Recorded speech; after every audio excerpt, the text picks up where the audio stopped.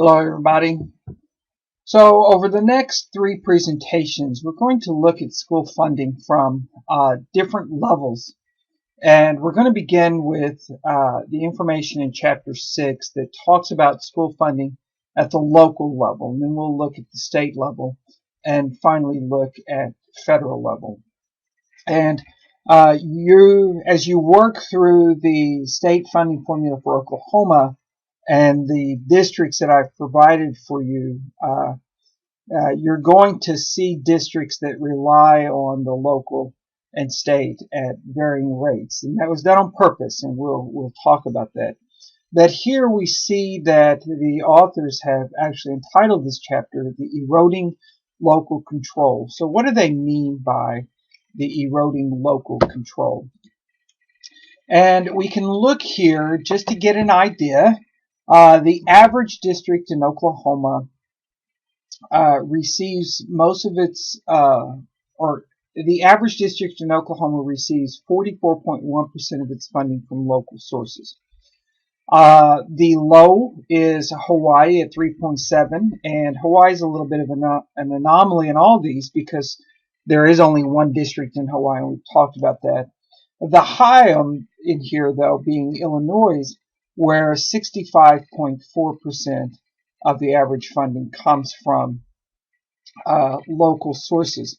And again, when we're talking specifically in Oklahoma and funding, it's going to vary greatly depending on the local versus state sources and what kind of tax base. And so that's what we're going to be looking at. And as we see, that's going to be one of the reasons that that this chapter is called The Eroding Local Control. So that's just one of the reasons that we'll get into. So keep in mind, again, just to reiterate, as we have in the past, that education is a state issue. It is given to the states through the 10th Amendment to the Constitution, because the Constitution does not mention it, and it is not a right given to the Congress nor denied to the states. Therefore, it belongs to the states. So it's a state issue, and it's the state's responsibility at that point then to run education, and it's managed locally. And as we have seen through looking at the Oklahoma Constitution just briefly, the Oklahoma Constitution establishes our local school boards, who then, through law, appoint the superintendent and approve hirings from the superintendent and so forth. So you can see that the state, in that sense, has given this managerial responsibility to the local district, the local authority. Local school districts are a junior partner in financing, states are the senior partner, and there's a long tradition of local control. So what we mean there is you can go back to that average picture and see that the average school in the United States receives about 44% from local districts. That's much smaller in Oklahoma. Many districts here are much more reliant upon state. And so therefore, that's why we say local districts are a junior partner in financing and the states are the senior partner, because schools receive, if not the majority, at least a plurality of their monies from the state level. Now, that long tradition of local control, though, is definitely there. Starting from the early days when schools were ran completely from the local area until around the turn of the 20th century, we start to see states getting involved and implementing some types of financial programs to help schools. At that time, they were just flat grants, but as we became more sophisticated, we could see that there had to be some type of equalizing piece in there, because the flat grant is just an inequitable way to distribute money. And so we saw the states start to come in the early 20th century and take over more control of schools. So to add more to this diminishing local control, this nationwide trend towards centralization and standardization, certainly No Child Left Behind put a lot more federal teeth in uh, pulling control away from local districts, not just in the sense of federal dollars from the federal government to local districts, uh, but really by instilling accountability measures at the state level, and then the states pushing those accountabilities to local schools. And so that leads into that second bullet, that the states are assuming a firmer control over public schools. And so No Child Left Behind gives the state the ability to pass laws saying that a legislature could take over a school. And about half the states have done that and put in measures whereby if local schools are not meeting the expectations of the state, then the states can come in and take over those schools. So you see how that fits right into this idea of diminishing local control. So local school districts are no longer allowed to simply teach a curriculum that they want. They have to rely upon the state, because ultimately what they're doing is backloading their curriculum to meet the high stakes testing that all of this is going to be measured against. So, education and equal protection clauses of state constitutions influence education funding and state legislative responsibility for education. And what we mean there is really, it's getting more to that equity and equitable distribution of finances. And where, especially in Oklahoma, where you see districts that have so much local tax base, then by state law, which has established our funding formula, which is an equalization formula, the states are really taking away that power from the local districts and giving it to other schools. Because if a local district can generate more money than it would receive from the state, then the state is not going to give that district any school, but the school still has to meet the mandates issued by the state. On the other side of that coin, of course, is a district that cannot raise very little to any local revenue, is going to be almost completely funded by the state and still obviously meeting those state requirements. So how much the state gives one or the other doesn't diminish the fact that the district has to still meet the minimum academic standards established by the state, or the state could come in and take over the school.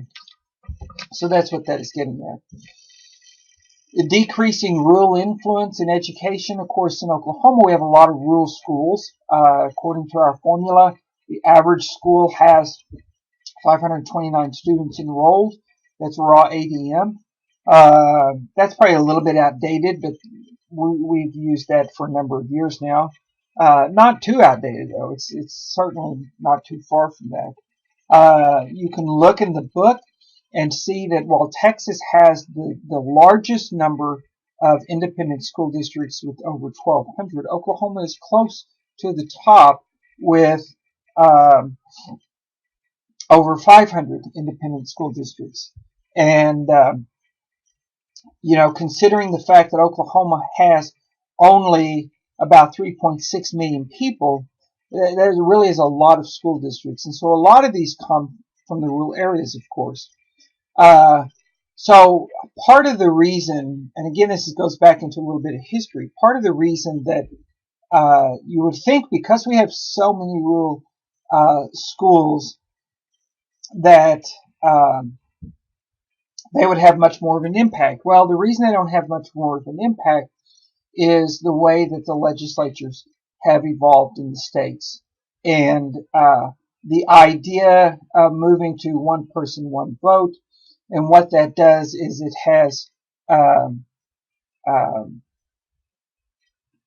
decreased the power of rural communities and put more of the power in urban communities because that's where the majority of your legislators uh, originate, in these urban communities, thanks to the one person, one vote standard. And so when that happened again in the early 20th century, and we see that, what it did in essence is it pulled power away from uh, rural schools. And so even though we still have rural schools, they definitely don't have as much political power as they did 100 years ago. And so that's what we need when we say one power, one vote. Reduce the legislative power of rural areas and increase that power in city areas. Less agrarian society and movement from rural areas and decreased one teacher schools. We do still have one teacher schoolhouses in the country. There are just a few hundred. I think your book says 300 and something. So there are. That's 300 and something schools out of almost 100,000. So very minuscule amount in that. So obviously people are moving to uh, urban areas. It was sometime around 1919 that America, the United States as a whole, made the shift from being a predominantly agrarian rural society to one of an urban society, and it, of course, has increased ever since. Uh, one example of this would be the last presidential election, where we saw Hillary Clinton win many fewer states than Donald Trump. But even so, she won the states that are populous and more urban. And because of that, even though she won many, many fewer states, she beat him in the popular vote by nearly 3 million votes. So that's just another example of how this statement is true. Okay. But that doesn't mean that urban schools are flourishing. Urban schools have disadvantages as well, and there are problems with urban schools. So we're going through these different types of schools. What I want you to see in all of this is how, again, the local school is losing its authority. Okay, 100 years ago, local schools could do what they wanted to. They could hire whomever they wanted. Uh, there was no accountability. They did what they want. Uh, that system has changed completely. And in the previous slides, we've talked about how rural schools lost power, which is especially pertinent to Oklahoma. Here we're looking at urban schools and how urban schools lost power. Well, as residents were fleeing the rural areas and flocking to urban centers, they gained power, but over time they've lost that. And so now what used to be an advantage has become disadvantages in urban areas. And these are things such as changes in the socioeconomic makeup. We have talked about the fact that uh, local schools draw their money from property taxes, and when wealthier citizens lived in urban areas, the property taxes were obviously much better. And so it was easier to draw on those property taxes. With the white flight of the 50s and 60s and people moving out to the suburbs, and then other lower socioeconomic populations moving in, there was not a tax base as strong to support the local school, let alone the local community. And so that's what we mean when we say changes in the socioeconomic makeup. It's not drawing the tax base in urban areas that it used to. Immigration to affluent suburbs, again, that's the white flight. Immigration is the E here, we're exiting, and that's who's exiting. Complexity due to size. There's a lot in the text about size. And at what size of a school is maximum efficiency reached? There's research out there that's still debated as to what size maximum efficiency is reached. Some other factors leading to the loss of advantages to urban areas are in tax exemptions that are given in urban areas. So not only do we have a lesser tax base, relatively speaking, than we did in previous decades. But there's also, in the sense of people living in urban areas, but there are also a lot of tax exemptions in urban areas, such as religious exemptions and government exemptions. So your churches aren't taxed, your post offices aren't taxed. So these are, again, local tax bases that schools do not receive any support from. Now, one of the big changes, hopefully, that the country is seeing is this regentrification of urban centers, and that's happening here in Tulsa. It's definitely happening in Oklahoma City, and how that's going to have an impact on local schools will be interesting to see. One of the things to keep in mind in Oklahoma, though, is as that money comes in at a local level, because of the equalization formula, that's obviously a local tax collected through ad valorem. That money is a chargeable subtracted from the foundation aid the school receives. Okay, so keep in mind there's a give and take there. It's probably not exactly 1-to-1, and that would be an interesting study to see just how that works out, what that give and take is. But if anything, what it would do would give urban areas more local control, whereas in the past few decades we've seen them losing local control due to these various factors we have talked about. So just to state the basic administrative units in the schools, the text talks about this. The local district is the basic unit, and within the local district we have the school board, which is the governing body.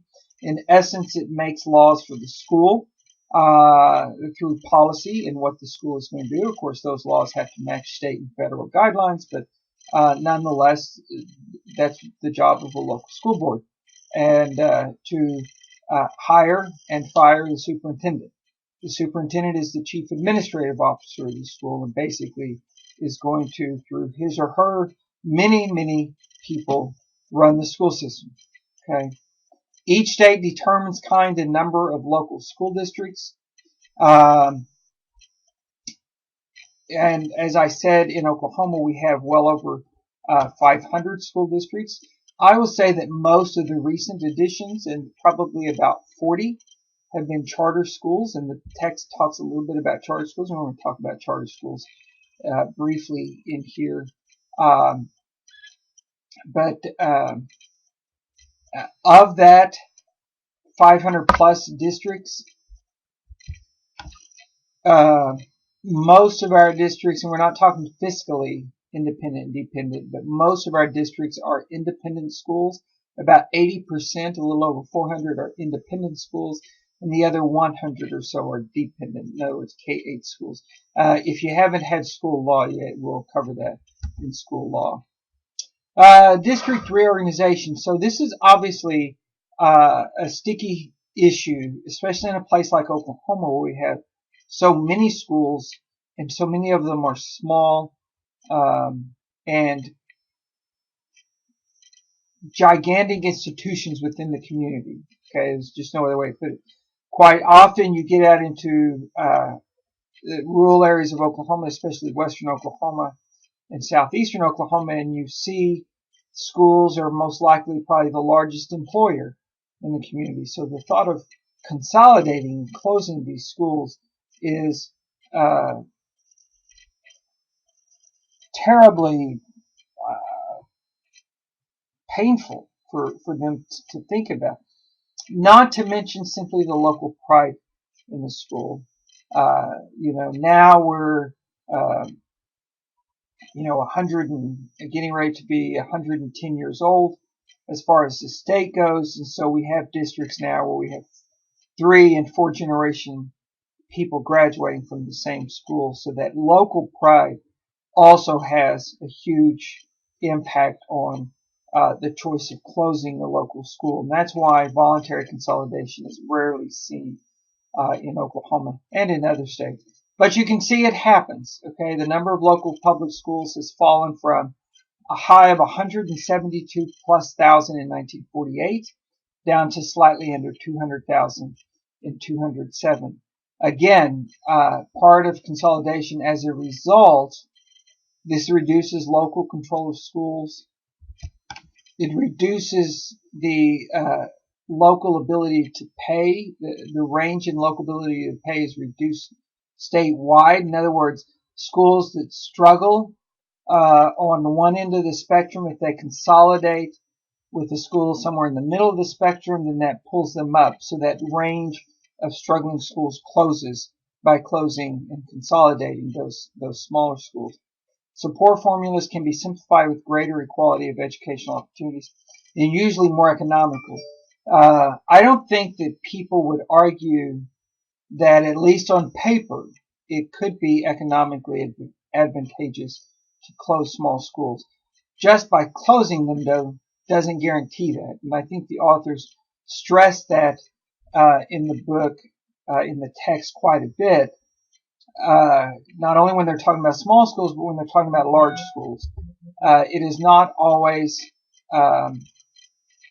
economically advantageous to create large schools as well. So there's a nice median in there somewhere, and I'm not sure that we've exactly figured out where that is.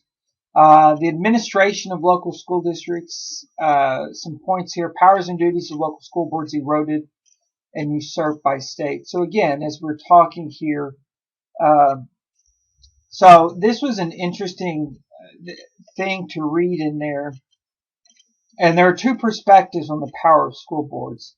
And obviously one here is that local school boards, their power is eroding, being taken over by states through things such as states saying this is the curriculum you have to use, this is the accountability you have to do.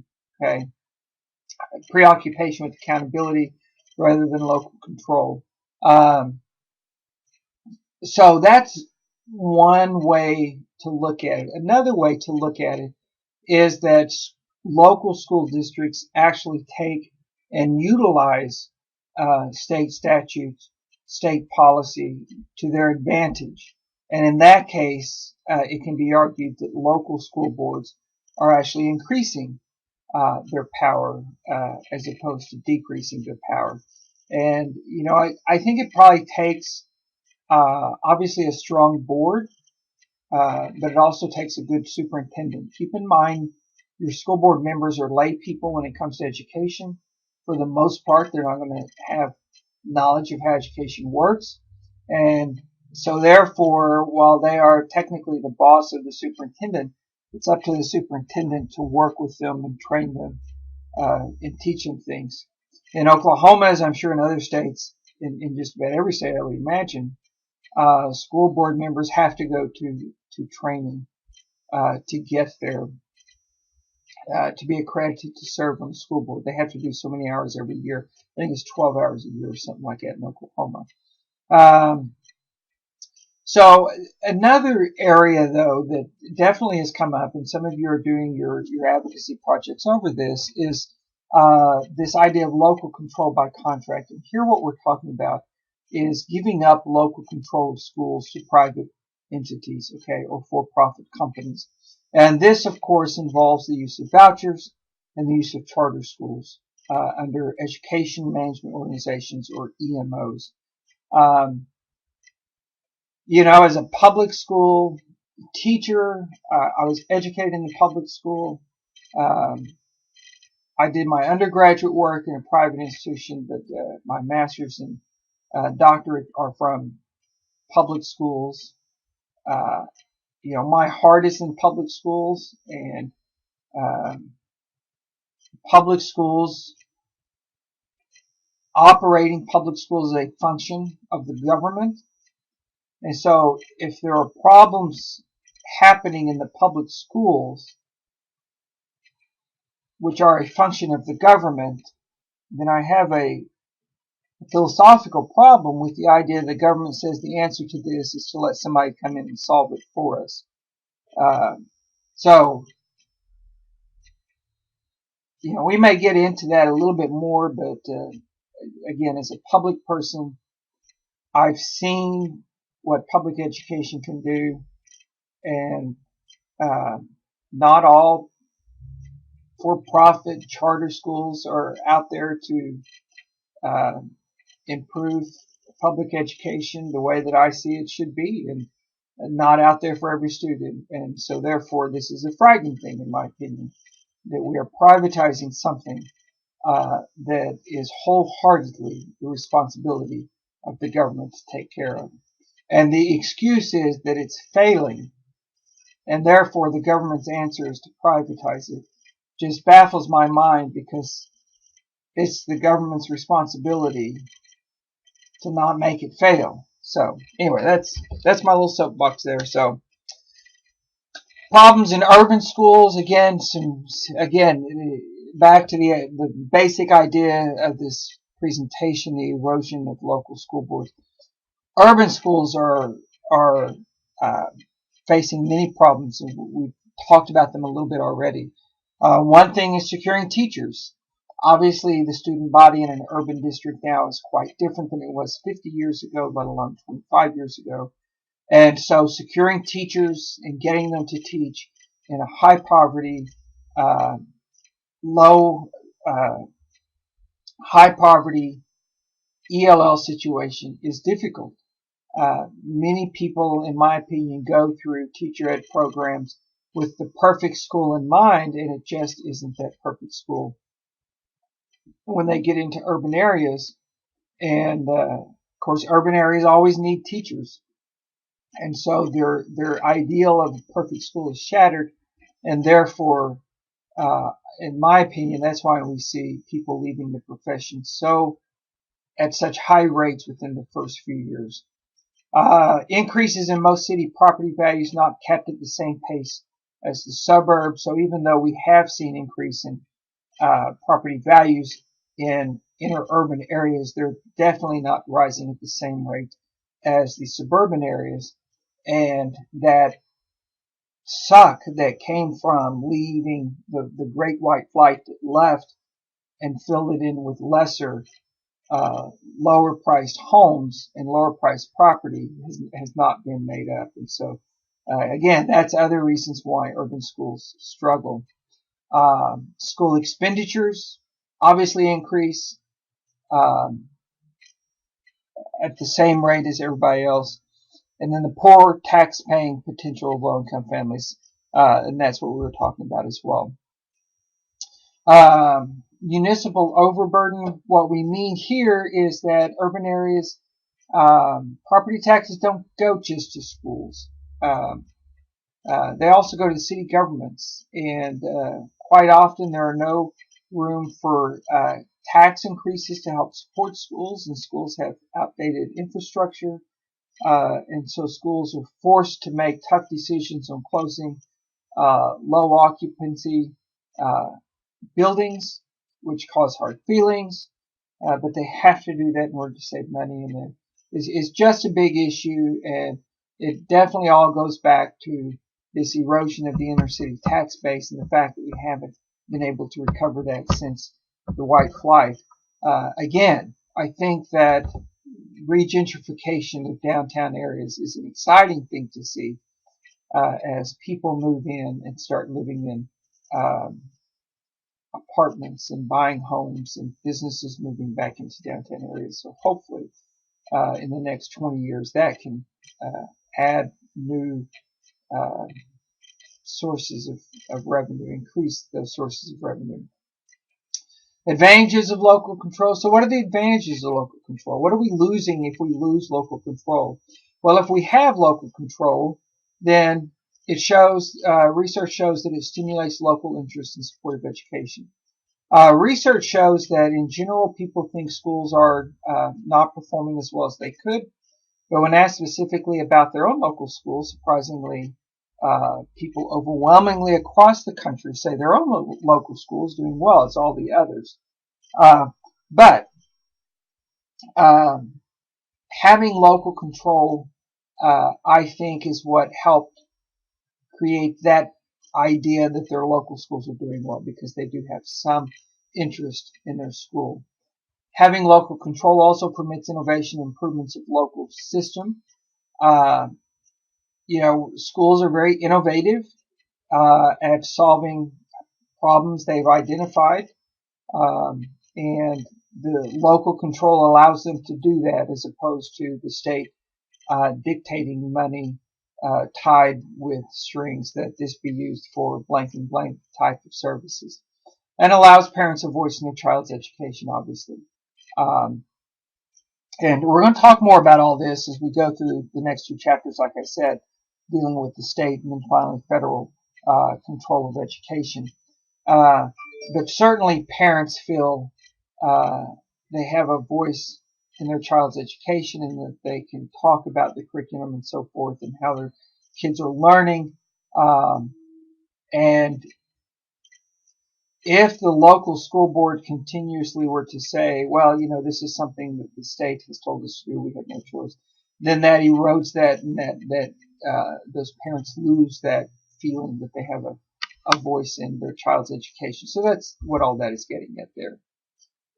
Fiscal independence of schools. City and county governments place local district board and jurisdiction of local school board system. Fiscally independent districts have authority to pass budgets and expand monies. This would be in the sense of bonds. Obviously, educators are in favor of something like this. And this is where there is still local control because schools, fiscally independent schools, do have this ability and can do it. So there is some local control there if they meet that threshold and are fiscally independent. Couple of more slides here. Trends in local taxation practice is also having an impact on local. And here again, this all evolves around property taxes because that's where local schools gain their tax source. And specifically here, we're talking about urban communities as well because urban communities also rely upon local tax source. And so there are various ways that we can help ease the burden. If you want to say burden, I don't think taxes are a burden in Oklahoma. We have pretty low taxes here.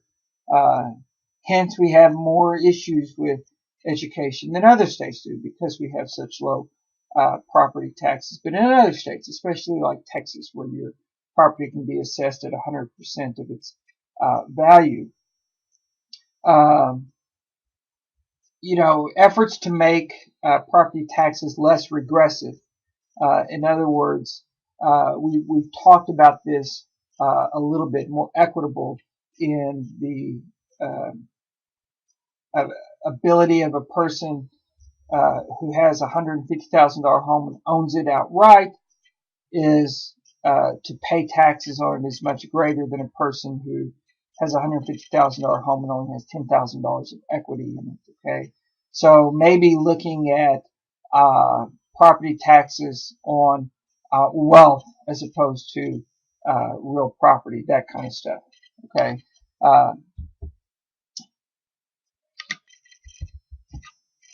The main thing I want you to see here is talking about that last bullet in measuring of local taxpaying ability, the local wealth. And when we talk about local wealth, and this is where we get the idea of wealthy school districts. Local wealth is measured by the assessed value of a property in a school district divided by the number of students. Okay, and some states include other measures in their index, such as Virginia. Your text mentions this, but the basic idea here is this idea of local wealth and how that works. And then finally, the last slide here, local, state, and federal tax responsibility. Difficulty with coordinating three taxing systems at the different levels. Obviously, as we're working through the funding formula, what we don't see on here is anything from the federal government. Okay, and so you can see that it's not easy just to look at a district and determine how much money they get and distribute a remaining pot equally to try and bring them all together. It's not that simple. States have varying degrees of responsibility for school funds. In their there's another thing that the chapter talked about that's not in this presentation, was the 65% movement, and that is that 65% of the general fund balance be spent on instruction. And that's not codified in Oklahoma law, it's not codified in Texas law. I've been working in Texas. But that's what we're talking about here when we talk about states, and the various states have various rules regarding school funds. And finally, the last thing, the federal government participates in funding schools to stimulate national interest, and we'll talk about that a little bit in Chapter 8. So in summary then, what we see is definitely an erosion of local control compared to 100 years ago, compared to 50 years ago. While we talked a lot about rural areas, specifically in Oklahoma, and why that has changed, we really concentrated on urban areas and saw that it's not just the loss of control in urban areas doesn't come from just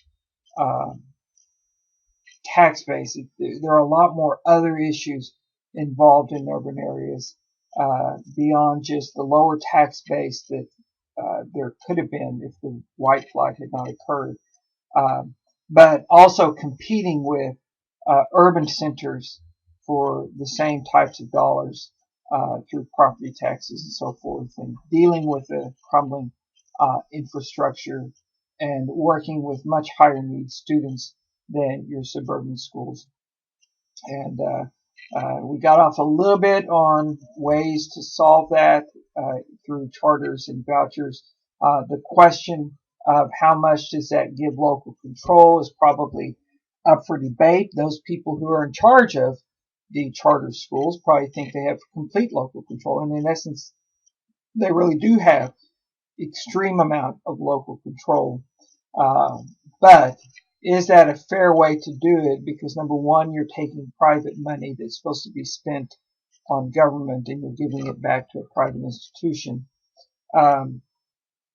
But beyond that, you're taking money that the local school would have and no longer has. So anyway, those things are up for debate, as I'm sure we will cover them in more detail before we get to the end of our course. So hopefully you have a better idea then of how we see local control through various things diminishing in the area of education. And in the next presentation, we'll look at state control and see where state control of education is. Obviously there we're going to see a little bit of a different picture.